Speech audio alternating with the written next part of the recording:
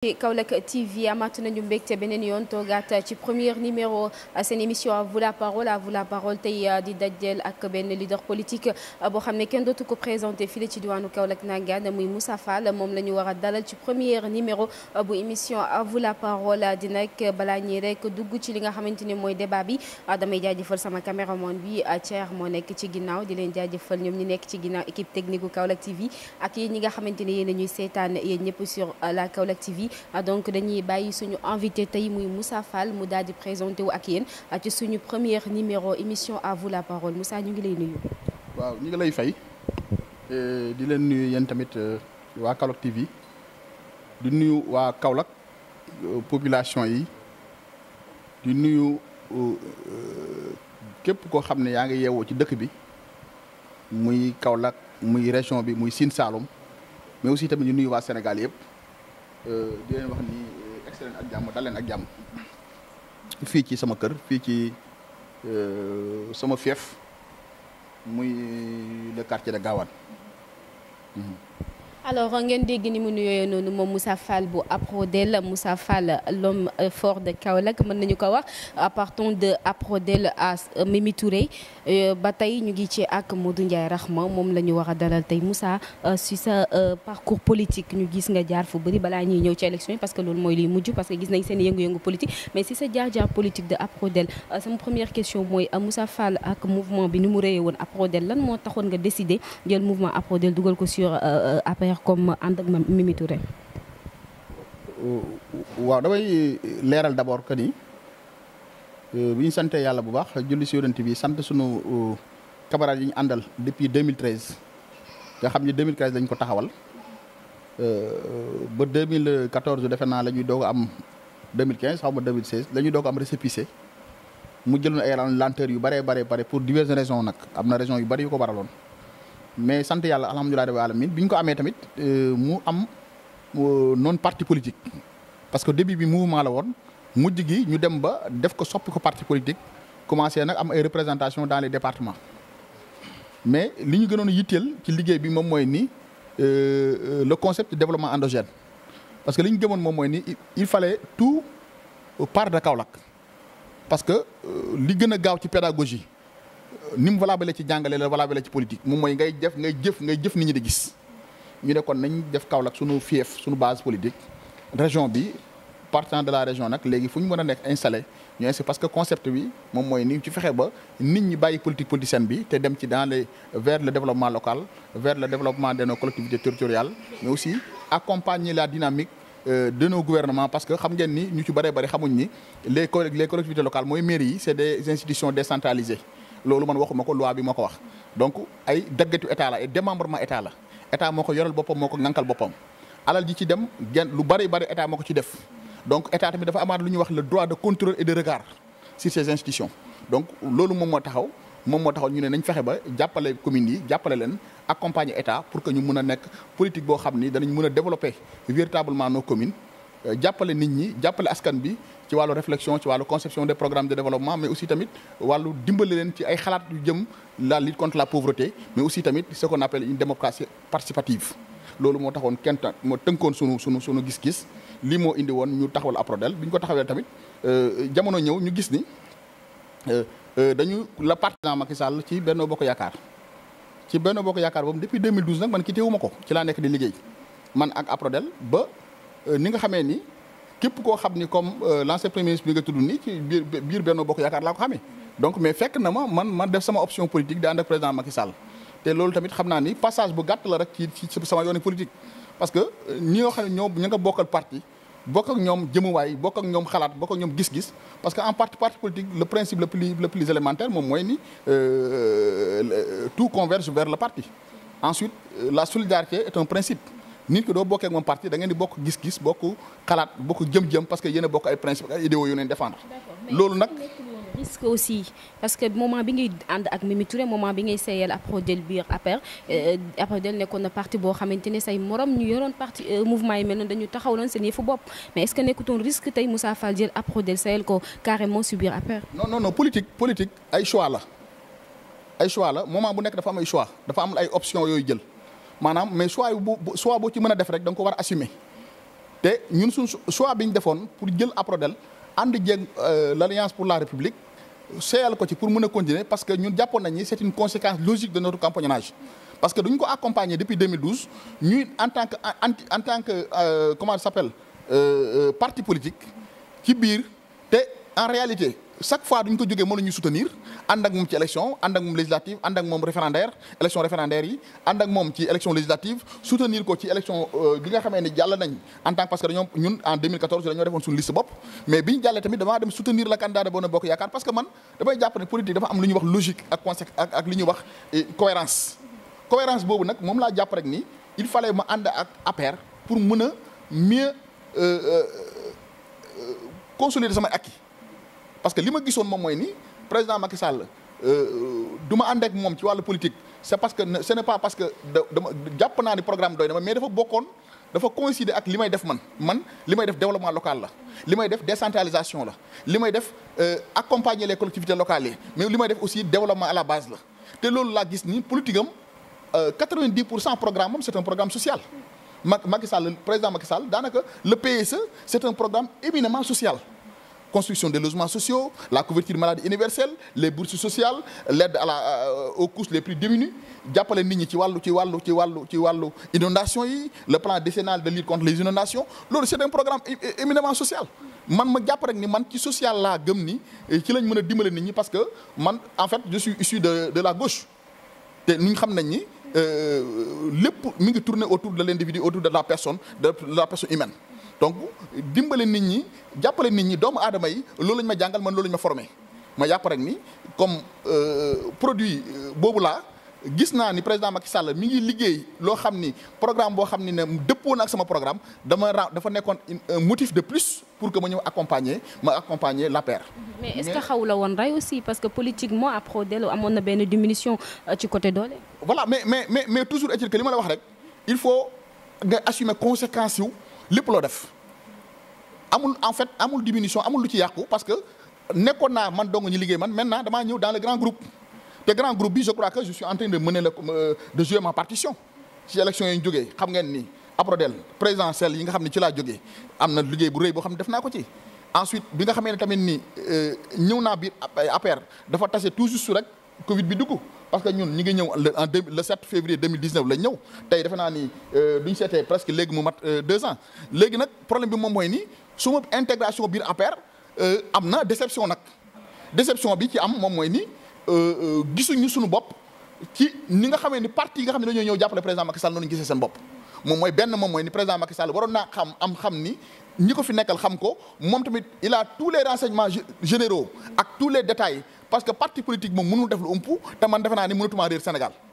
ça veut dire tout simplement que ni xam na liggéey bi may liggéey te au même titre que ñi nga xam ne ñoo ko ñëw barki démb jóge ci opposition bi ñëw jàppale si ko man du ma ñëwee jàppale ko ànd ak moom ànd ak partem ba pare nag nekkuma ci tamit yambar nekkuma ci yaafus te kenn gënuma ci liggéey. mais est-ce que du sa ànd ak ancien premier ministre bi aussi dafa am loo xamante ne daf la ci suul. mais ñu gis tout juste après bi nga génnee ak Mimi Touré bi nga bàyyee Mimi Touré nga doog a wax ne gisoo sa bopp da nga bëgg président recevoir. mais moo tax nag ma ne justement loolu lépp bokkoon na ci yi nga xam ni tey moo xoon taxoon ñu jël recul tuuti pour mën a mieux sauter mais toujours est-il que ñu ngi gis ni. les alliés ñi nga ànd ak ñoom ñi nga xamoon ne ñoo nekkoon feneen démb ak bërki démb ñooñu tey position yi ñu nekk ak taxawaay bi ñu taxaw tey ci ànd bi ñun Aprodel ak man Moussa Fall mi nga xam ne liggéey naa ko gisuma ko ci. moo tax ma ne la loolu motif de découragement la mais aussi tamit ñàkk de considération la li ma gis ñi jàpp naa ni par rapport ak président de la République loolu moom sama conviction la. maintenant damay wax ni politique nekkul ni lu la naqari rek nga matérialiser ko nag génn naa bàyyi na. man damaa bëgg a nekk un élément constructif un élément participatif un élément boo xam ne day yokk jëmu parti bi day yokk parce que amul dara lu ciy réer parce que lu mu yàgg li ma liggéey Macky Sall du ma ko fayul président Macky Sall du ma ko fayul ak parti bi ak parti bi ma nekk nii beneen parti dina fi ñëw Sénégal fay ma ko parce que liggéey moo mënta réer investissement politique mënul réer loolu laa gëm moo tax ma toog jàpp sama ñàmbur ba pare ànd ak liggéey bi continuer liggéey bi ci biir parce que du ma défaillant du ma clignoter à gauche tourner à droite parce que am na politiciens yu bari dañu naan président lañu àndal gëm nañ ko bëgg nañ ko lu mu woote ña nga ca mais du ñu jógee rek ña nga ca seen i mbir man nag damaa sama mbir lépp dama koy joxe entièrement man mënuma tricher ci wàllu politique mënuma tappale ci wàllu politique mënuma njuuj njaaj ci wàllu politique te lu ma la wax ci politique moom laa gëm président Macky Sall man maa gën a xam ne APR gii mu nekk ak mu Benno Bokk Yaakaar bii du ma toogoon benn fan boo xam ne gëmatuma ko keroog ma génn te du ma génnee du ma nekk ci biir ba pare nag di clignoter de di wax ci biir ba wax ci biti damay wax lu leer nañ ne leen maa duggoon maa ci bokkoon bàyyi na loolu nit ñi xamee nañu ko moo tax ma gëm ni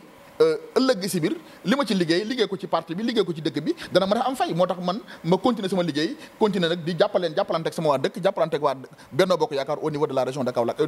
notamment de la commune et du département. ci côté jàppale boobu noonu sax dégg nañ ne le DG Mademba Bitèye Pape Mademba Bitèye approché woon na la pour que yéen ñaar ngeen ànd liggéey mais pourquoi le choix de Rahma. non man aw ma différence par rapport ak yooyu man ñooñu ay responsable politique lañ au même titre que moi. ñoo bokk benn titre politique xëy na nag yàlla mën na laa baaxee ñun am nga poste responsabilité mais responsable politique lañ jiituwuñ parti bi man kenn mooy sama kilifa ci parti bi mooy président Macky Sall moo fi sama parti mooy sama jiit parce que responsable laa nañ nekkee responsable mais man maa jàpp rek ni pour le bien du parti pour l'intérêt supérieur du parti pour que parti bi mën a am ndam ci élection yi jëm il fallait ma jàngat ci sama xam-xam ci politique ci sama gis-gis sama présence sur le terrain ak li ma yàlla dénk ci xam-xam ak vision gis naa ni Mouhamed Ndiaye jamono bi ñu toll nii Kaolack duñ ko jiitalul dañuy perte loolu je le dis au nom de l'intérêt supérieur du parti loolu parti bi laa ko defal mënoon naa ko xam nag ba pare dëxañ ko ci suuf noppi mais man maa bëgg nekk nit koo xam ne damay positif dans mes démarches politiques damay conséquent ak sama bopp mais aussi tamit damay yee parti bi ndax duñ ko deful ëllëg si biir dañuy gagné ba pare ma nekk ci biir am gàcce. te lu boobaa danaa toog sama kër ne lii de xamoon naa ko man nag ma bëgg a doon magum waxoon naa ko du ma doon magum xamoon naa ko moo tax ma xal sama tànk tubéy depuis le début depuis daaw doo gisee ba may wax par même Modou Ndiaye ma ne sera notre candidat dans ces élections yi jëm te am na profil bi dégager ne toutes les considérations politiques ak respect ak ampleur ak leadership boo xam ne mën naa jiite liggéey bi man bi ma koy wax nit ñi gëmuñ koon mais au fur et à mesure yi fii dem xam nañu réellement il a les capacités intellectuelles, il a la technicité, il a le leadership, mais aussi il a aussi les compétences requises pour mën a doxal liggéey bi te loolu liggéeyam wane na ko xarañam wane na ko parce que nag nañu waxante dëgg gis nga nit ñi mën nga jiitu ku jiitu nag ñu sànni la xeer d'accord naa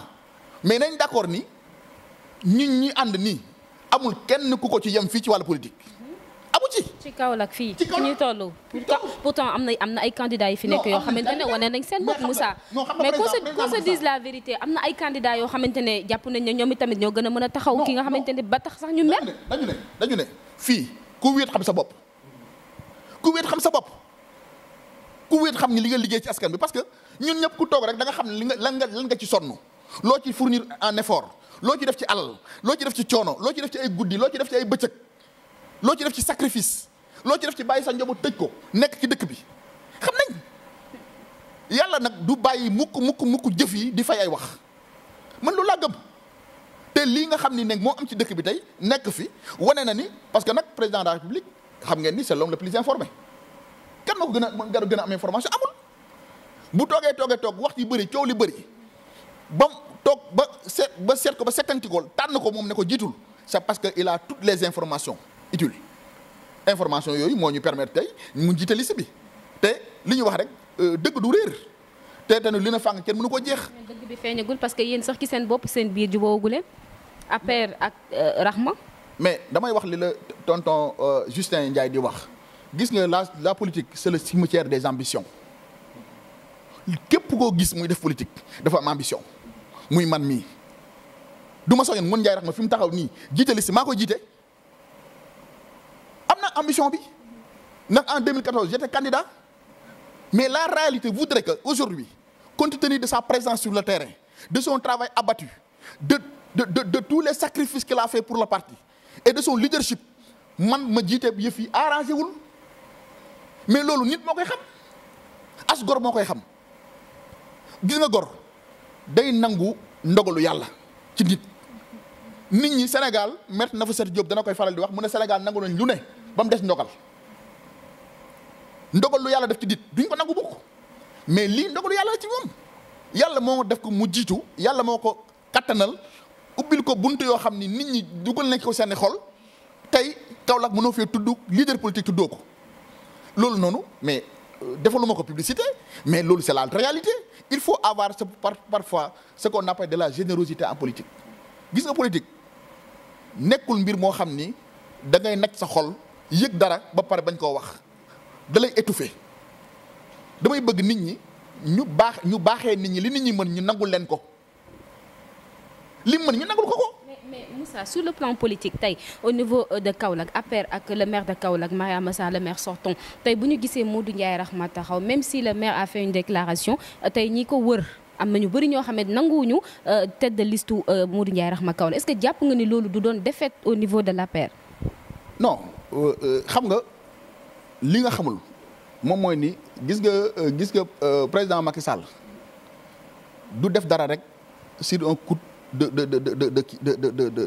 main gis nga lépp lu muy def lu ñuy jàngat la ñoom xëy ñu yeewu suba teel rek seet contingence yi mën a am xam nga président Macky Sall bi muy def lii xam na ni du y aura des contestations xam na ni dana am ay problèmes xam ne dana am ñoo xam ne duñ d'accord am na ñoo xam ne danañ voter sanction am na ñoo xam ne dañoo nekk suñu biir te pare wuñ pour voter liste bi am nañ xam nañ ko mais au sein de Benno Bokk Yaakaar au sein même du parti mais plus fort mais c'est grave am na ñu am naa ñoo xam ne gis naa ay kilifa yoo xam ni ils sont pas prêts à voter la liste mais xam nga la moo ci am solo li am solo moom mooy ni président Macky Sall bi mu tànn Modou Ndiaye Rahma xam na ni Modou Ndiaye Rahma dégagé na profil boo xam ni ak liggéey boo xam ne dana mën a permettre mu ëmb li ñuy wax toutes ces frustrations mu contenir leen ñun dañu amoon capacité contenir frustration yi am capacité contenir ceux qui vont voter contre mais duñ ko amul woon kon du ñu jiital mais on sait que ni pour les élections locales dafay am lu mel nii lii nii c'est envisageable on a envisagé ça c'est-à-dire que ni lii c'est des cas de figure yoo xam ne dañ koy contrôler ba pare waxtaan ci ak xam ni lii lay demee nii lay demee ba pare ñu def ko moom en faisant de Modou Ndiaye Rahma la tête de liste il sait très bien que il y aura des frustrations il y aura des gens qui vont voter contre mais on a quantifié de manière politique les résultats demain sont l'impact de ces frustrés c'est ce qui sont frustrés par le choix de Modou Ndiaye Rahma ñoom calculer nett nañ ñu war a toll ba contenir ko ci biir ngañaay li maanaam demain quand on gagne on saura que ni y a des frustrés qui n'ont pas voté mais ça n'empêche que nous allons gagner la liste loolu c'est le résultat politique et l'enquête et l'analyse politique mais politique science la donc nañ jàpp ni mënuñ am l'unanimité autour de lui yàlla sax mi ñu xam ne moo ñu bind sax ñëpp d'accord ñëpp gëmuñu ko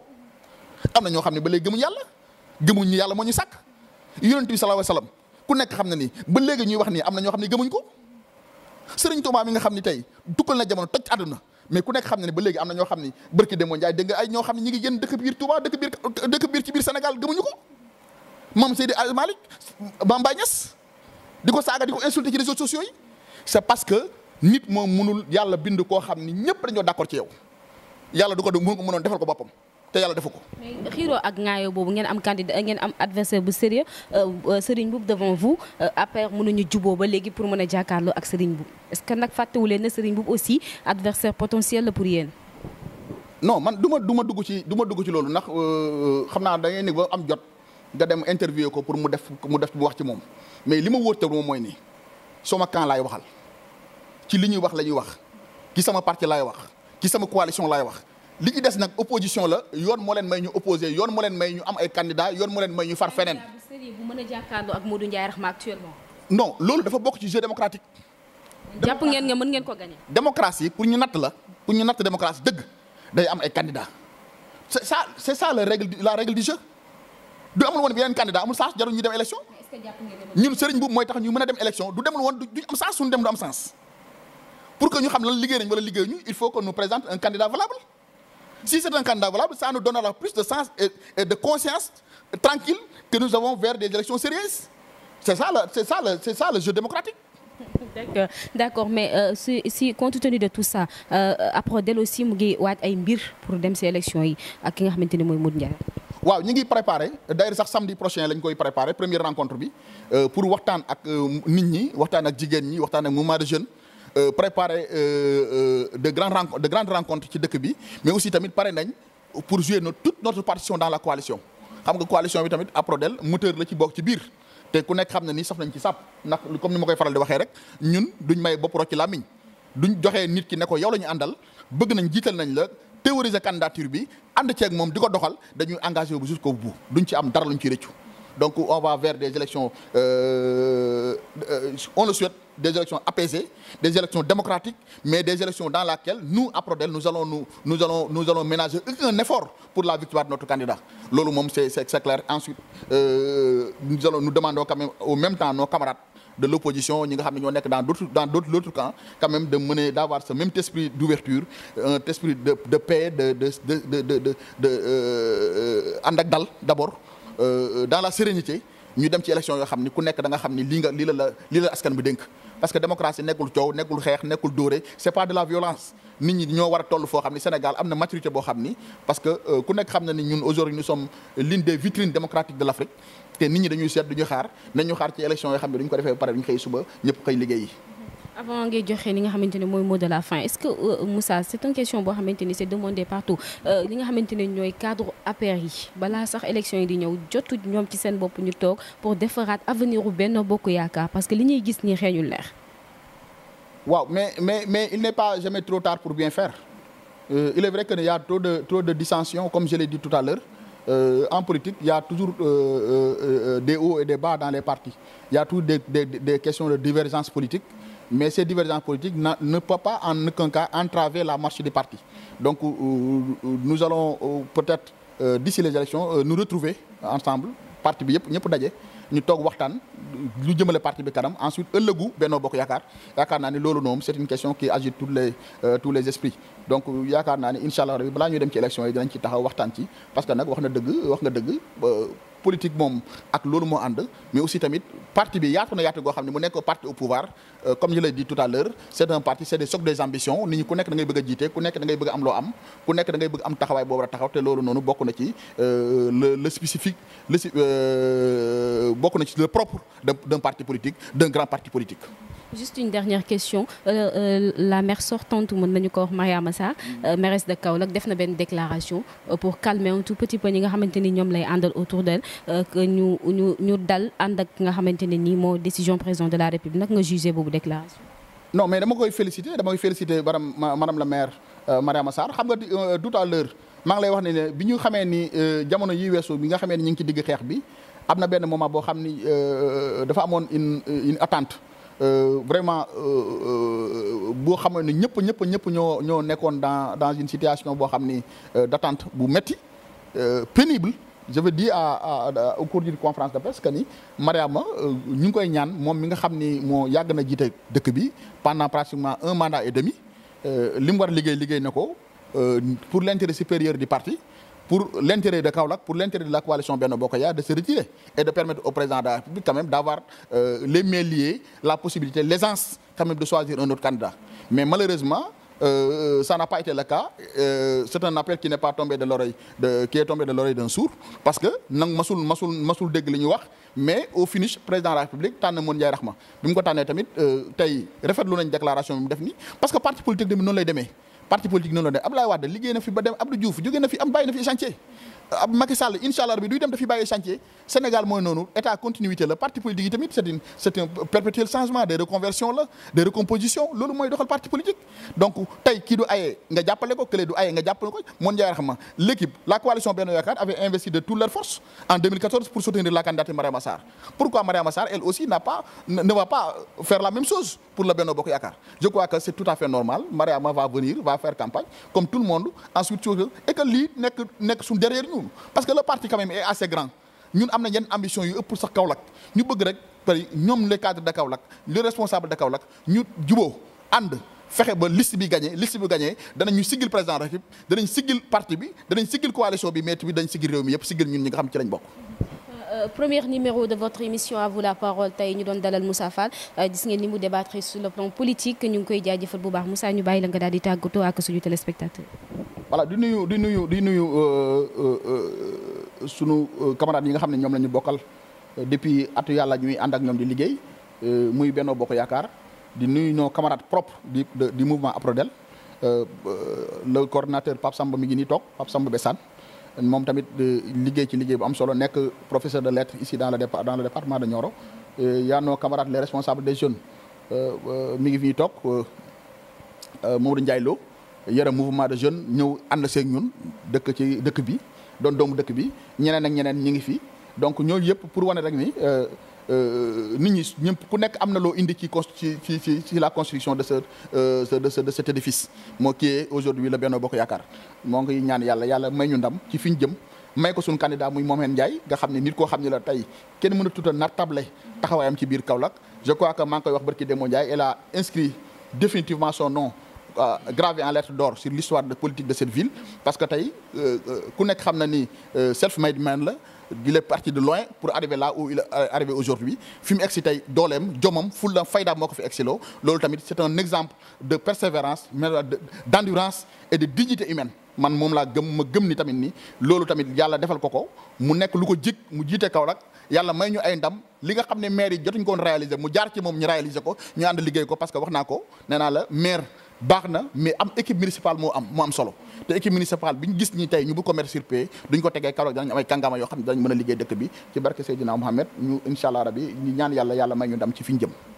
jaajëf Moussa Fall ñun aussi ñu ngi lay jaajëfal équipe bu Kaolack TV yëpp tey ñu ngi lay jaajëfal ci disponibilité bi nga xamante ne am nga ko ci émission à vous la parole di leen fàttali rek ne tey mooy premier numéro bu émission à vous la parole sur la Kaolack TV la chaîne leader de leen ñu xaar ci ay émission yu bees tàkk ak programme bu bees tàkk di remercier sama caméraman Thier ak équipe bu Kaolack TV bi nga xamante ne ñoo nekkoon ci suñu ginnaaw ñëpp di remercier ñi nga xamante ne aussi ñu ngi ñuy jàppale ba tey ñu mën a génn pour ñëw def si li nga xamante ne mooy émission yi di leen jaajëfal di leen jox dig daje ak beneen leader politique